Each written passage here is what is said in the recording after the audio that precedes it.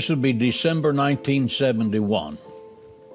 It's a Wednesday night, and I'm teaching on a series on how Jesus dealt with demons.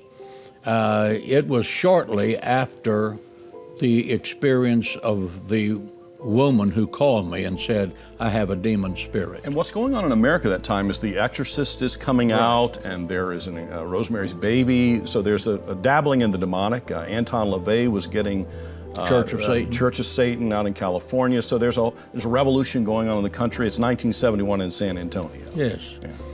So the story begins with one of the deacons in my church called me and said, Pastor, I need your help. I said, what's the problem? He said, there's a cousin who was adopted into the family years ago that I haven't seen for 20 years. He's been out on the West Coast, and he's very heavily involved in the witchcraft. And I said, what do you mean he's heavily involved? He said, well, he consults with a witch every day about what they think he's supposed to do. And he is coming to San Antonio to shoot me. And I said, well, you need the police. Why are you calling me? He said, well, I think that he is driven by demonic powers, and I know that you've had the previous success with that. I'd like for you to talk to us. So we brought both of them into my office, and I talked to the man who eventually would be the shooter, and he was telling me how powerful he was in the occult, that he could control other people with dolls, with pins and curses and so forth, that he could control his credit card bills that would never find him. And I told him, I said, and he started talking about the witches who advised him. I said, the witches that you talk about have no power at all. And he just became enraged. And I reached over and picked up a Bible, and he slapped at it like a cat and walked out and slammed the door, cursing me as he went. I thought we'd seen the last of him. So the next Wednesday night, this series had been planned for a number of weeks. I'm teaching my congregation on how Jesus dealt with demon spirits, because 25% of the ministry of Jesus Christ was involved with casting out demon spirits. Jesus sent no one out to preach the gospel without giving them power over demonic spirits. That's something very few preachers know and don't want to preach, because while the average church member doesn't want to admit it, the devil or his representatives go to your church every Sunday. Yeah. You better know how to take authority over him. So anyway, this particular Wednesday night I'm teaching, and I look up, and through the front door comes this man. He's about 35 years of age, and he's got a gun in his hand. And he walks up the aisle. Right there in the service. Right there in church. We have a little lady on the front row recording all that's happening. We have a recording of this, so it can be validated by the sound of the gunshots and so forth. So he walks up the outside wall, aisle, coming down the wall, and he finds this distant relative by adoption and puts the gun up behind his head and starts cursing. And at that point in time, now, people thought it was an illustrated sermon for just a second, and then when he cursed him, they knew something was amiss. Then they saw the gun, and he walked him up to the front, and he stood him beside me, and he's behind the pulpit to my left, and I'm standing behind the pulpit, and he's right there, just 8 feet away. I can see the copper jackets in that six-shooter that he's got on the bullets. Yeah. And he said, I've come to kill you to demonstrate the power that Satan has over believers, that he has more power than Jesus Christ. And I held up the Bible and I said, I have a Bible. and it says, "No weapon formed against me shall prosper."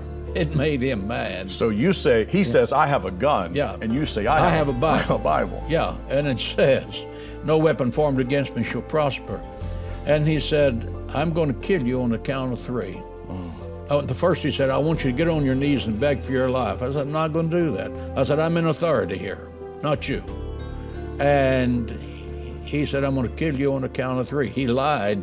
He started shooting on the count of 2. And he emptied the gun. I just stood right there, did not move right or left. Boom, boom, boom, boom, boom, boom, boom, boom, boom. And he did not hit me. And he spun around and started running down the aisle out of which he came.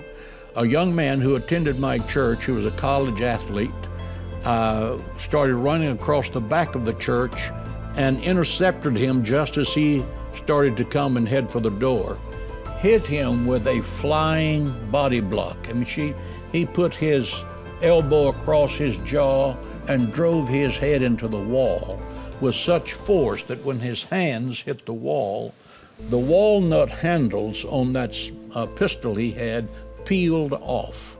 I mean, that's how hard he hit him. And he slid to the floor. He was not dazed. He was not affected.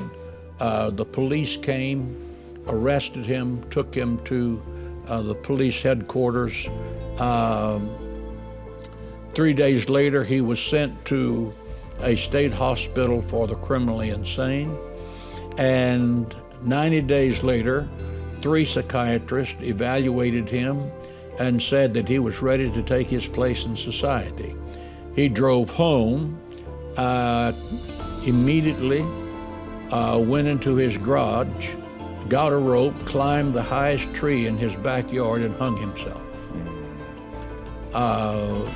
And that's when I began to think, there is a very real dark side power that I have not been introduced to in my father's ministry, not at the seminary, but it was loose in America. So I wrote the very first book, 1971, Invasion of Demons, and I have put the entire contents of that in this with a refreshing of where we are and now. That atmosphere, that activity reflects the second heaven. Yes. Now, Pastor, he was standing next to you with a gun, fired 6 shots, I'm guessing. 6. What do you humanly or supernaturally explain happened? Because was he that bad of a shot, or was there something that happened there supernaturally that protected you and your congregants? A drunk could have hit me from where he was. I stood there, and the next day the police came, and they put up a 2x4 and put the 2x4 where he was and located the bullets in the wall that was behind me. And I stood where I stood, and 3 of those bullets went to the left, and 3 of those bullets went to the right. I believe the angel of God was there parrying those bullets right and left, right and left, right and left. David said, "He will give his angels charge over you to protect you in all of your way." I believe that Christians have an invisible security team that are so superior to anything the United States president might have.